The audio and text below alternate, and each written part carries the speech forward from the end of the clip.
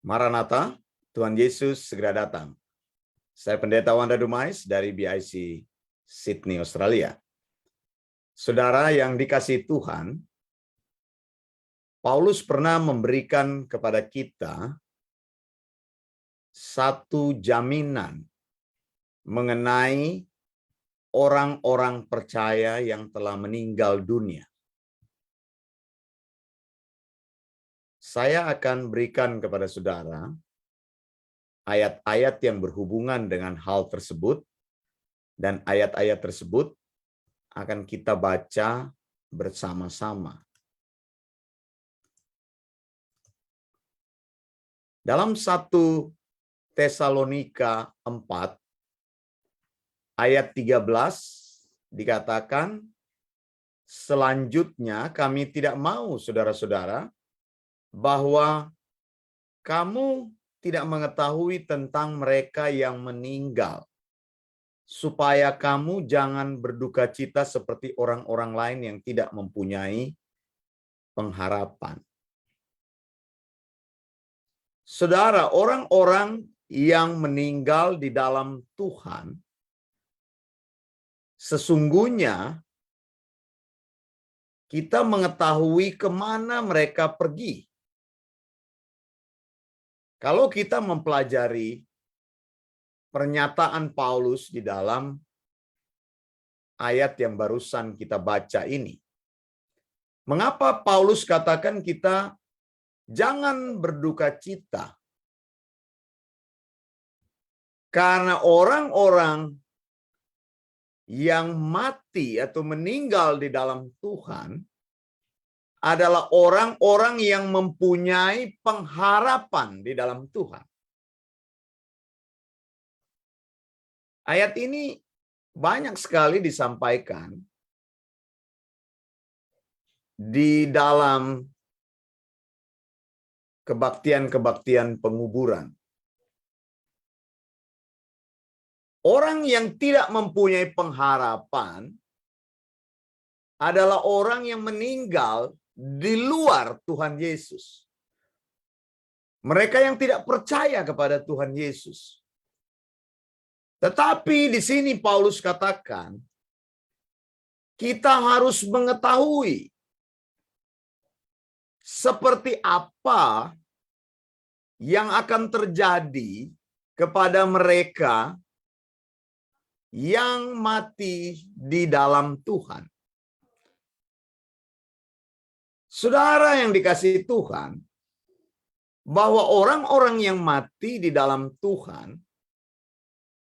itu akan dikumpulkan bersama-sama dengan Yesus. Nah, jaminan pengharapan ini dikatakan adalah jaminan pengharapan di mana kita yang masih hidup kelak akan bertemu dengan mereka yang sudah meninggal pada satu masa yang dijelaskan Paulus dengan begitu jelas. Dan ini harus kita tahu. 1 Tesalonika 4 ayat 15, ini kami katakan kepadamu dengan firman Tuhan kita yang hidup, yang masih tinggal sampai kedatangan Tuhan sekali-kali tidak akan mendahului mereka yang telah meninggal. Pengharapan apa yang kita ketahui dari orang-orang yang meninggal di dalam Kristus? Dijelaskan dalam ayat berikut ini, 1 Tesalonika 4 ayat 16, sebab pada waktu tanda diberi, yaitu pada waktu penghulu malaikat berseru dan sangkakala Allah berbunyi.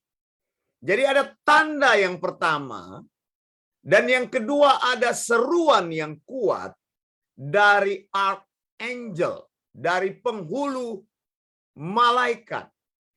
Saya mau katakan penghulu malaikat yang dimaksud di sini adalah Mikael. Karena Mikael ini adalah malaikat, salah satu archangel yang seringkali membawa berita-berita khusus dari Tuhan yang dekat dan mempunyai special mission dari Tuhan. Mungkin ada tafsiran lain sehubungan dengan hal tersebut, tapi penghulu malaikat atau archangel itu tidak banyak. Kemudian ketika ada seruan yang kuat tersebut, sangkakala Allah akan berbunyi. Berbunyi trompet yang panjang, sebuah seruan untuk membangunkan, menyiapkan pasukan-pasukan Allah. Terus dikatakan Tuhan sendiri akan turun dari sorga dan mereka yang mati di dalam Kristus akan lebih dahulu bangkit. Nah, pengharapan yang Paulus bicarakan adalah kebangkitan orang-orang mati di dalam Tuhan. Kebangkitan orang-orang mati di dalam Tuhan ini tidak terjadi di waktu yang tidak kita mengerti. Tetapi ketika Tuhan turun dari sorga. Ini bicara mengenai tahap pertama, kedatangan Yesus yang kedua kali. Dan saya menyebutnya ini sebagai rapture atau pengangkatan gereja Tuhan. Nah, apa yang terjadi pada pengangkatan gereja Tuhan? Yaitu Tuhan sendiri turun dari sorga yang didahului beberapa hal. Ada tanda yang diberi, yaitu penghulu malaikat berseru dengan keras, dan sangkakala itu akan dibunyikan. Shofar akan ditiup. Trompet itu akan ditiup. Sebuah tanda untuk membangunkan mereka-mereka yang meninggal di dalam Kristus. Dan Alkitab katakan, mereka akan bangkit. Jadi saudara, kebangkitan ini adalah sebuah reward kepada orang percaya. Jaminan orang percaya bahwa ketika mereka meninggal, Tuhan akan bangkitkan mereka. Kemudian ayat 17 dari 1 Tesalonika 4 berkata, sesudah itu kita yang masih hidup, yang tinggal, akan diangkat bersama-sama dengan mereka dalam awan, menyongsong Tuhan di angkasa. Jadi dikatakan Tuhan turun dari sorga, tetapi kakinya tidak menyentuh bumi. Jadi Yesus turun dari sorga, itu tidak turun ke muka bumi ini, tapi dia hanya turun di awan-awan. Dia hanya turun sampai di angkasa. Nah, inilah yang berbicara mengenai rapture, kedatangan Tuhan Yesus kedatangan Tuhan Yesus kedua kali, tahap yang pertama, bahwa kakinya tidak menyentuh bumi. Jadi ini tidak bisa ditafsirkan sebagai sebuah parousia. Maksudnya saat itulah Tuhan Yesus datang ke muka bumi dan saat itulah kesudahan zaman terjadi. Nah, Yesus datang pada waktu ini tidak bisa ditafsirkan juga seperti apa yang dikatakan di dalam Wahyu 19. Ketika Yesus datang yang kedua kali, maka dia akan mendirikan kerajaan 1000 tahun. Di sini belum terjadi apa yang disebut dengan kerajaan 1000 tahun. Dan saya mau katakan peristiwa ini adalah peristiwa yang nyata, yang akan terjadi kepada gereja Tuhan, yaitu akan terjadi reuni yang besar.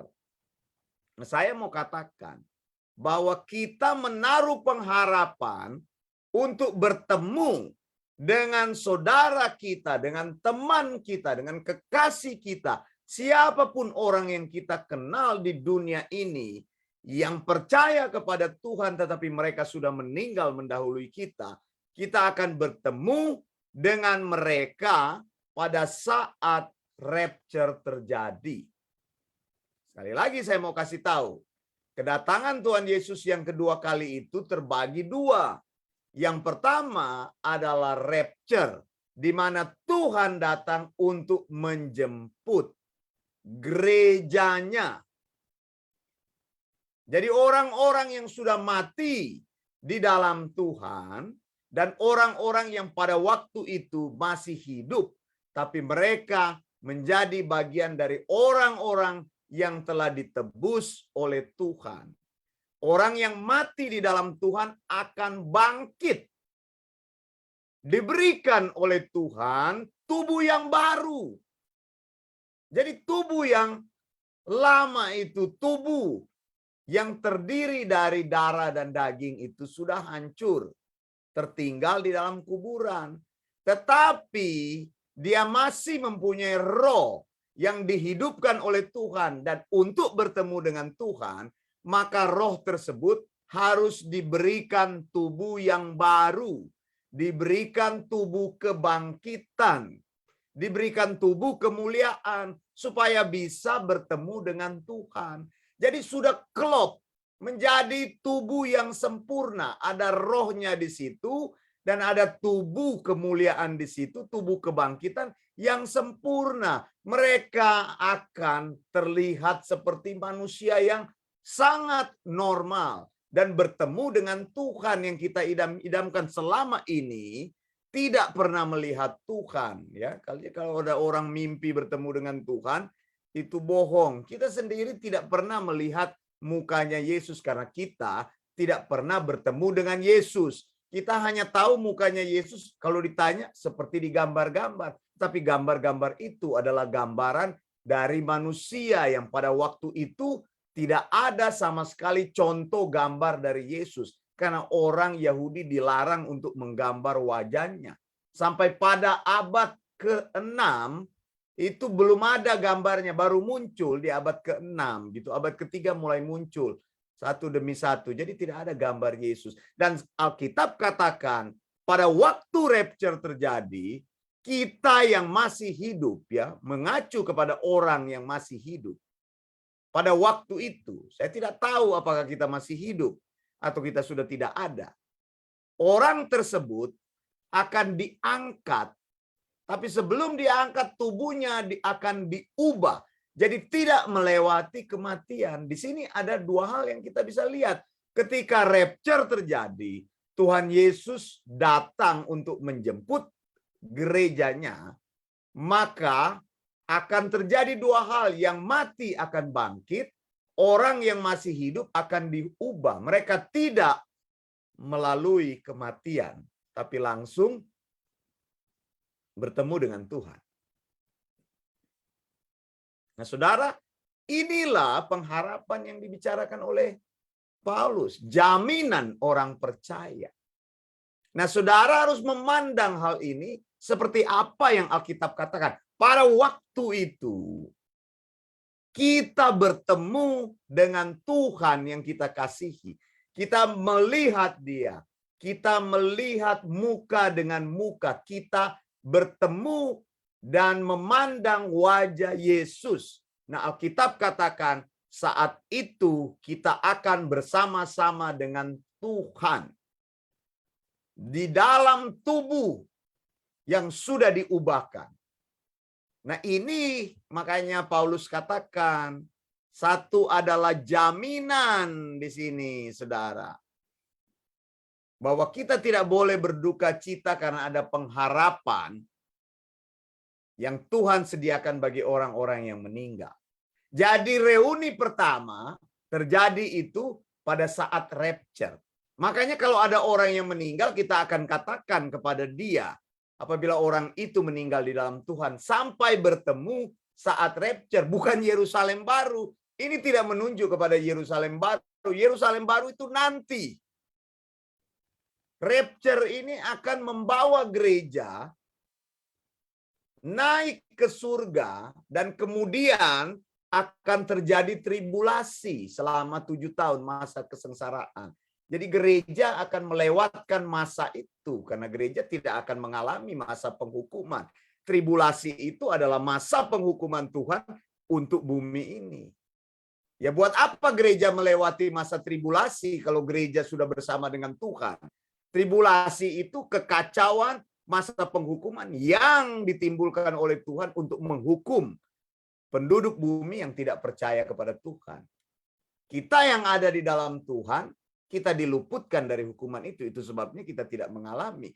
Dan kita akan melihat ini kalau di dalam kitab Wahyu, engkau melihat ini mulai dari pasal 4, gereja Tuhan sudah tidak disinggung-singgung. Kalau baca kitab Wahyu pasal 1 berisi tentang apa atau hal-hal yang sudah dilihat oleh Yohanes. Kitab Wahyu 2 dan 3 berisi tentang gereja Tuhan.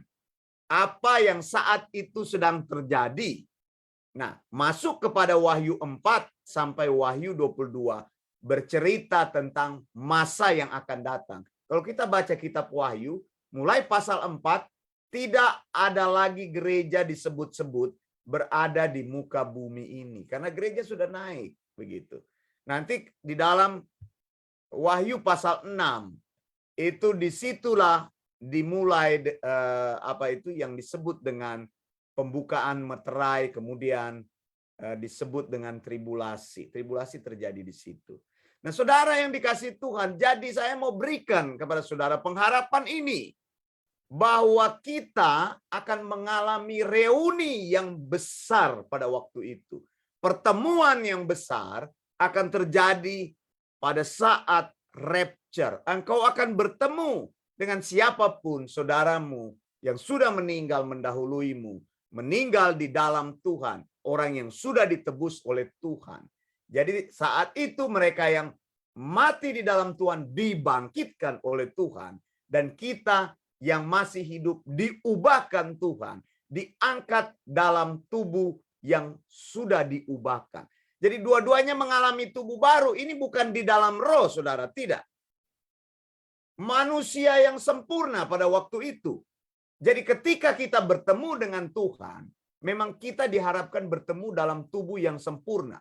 Bukan roh-roh yang melayang yang tidak ada tubuhnya. Bukan. Ya, seperti astral projection, kalau saudara lihat itu. Di dalam penggunaan ilmu-ilmu yang jahat, itu ilmu sihir, ilmu setan, itu santet dan sebagainya, itu kan astral projection.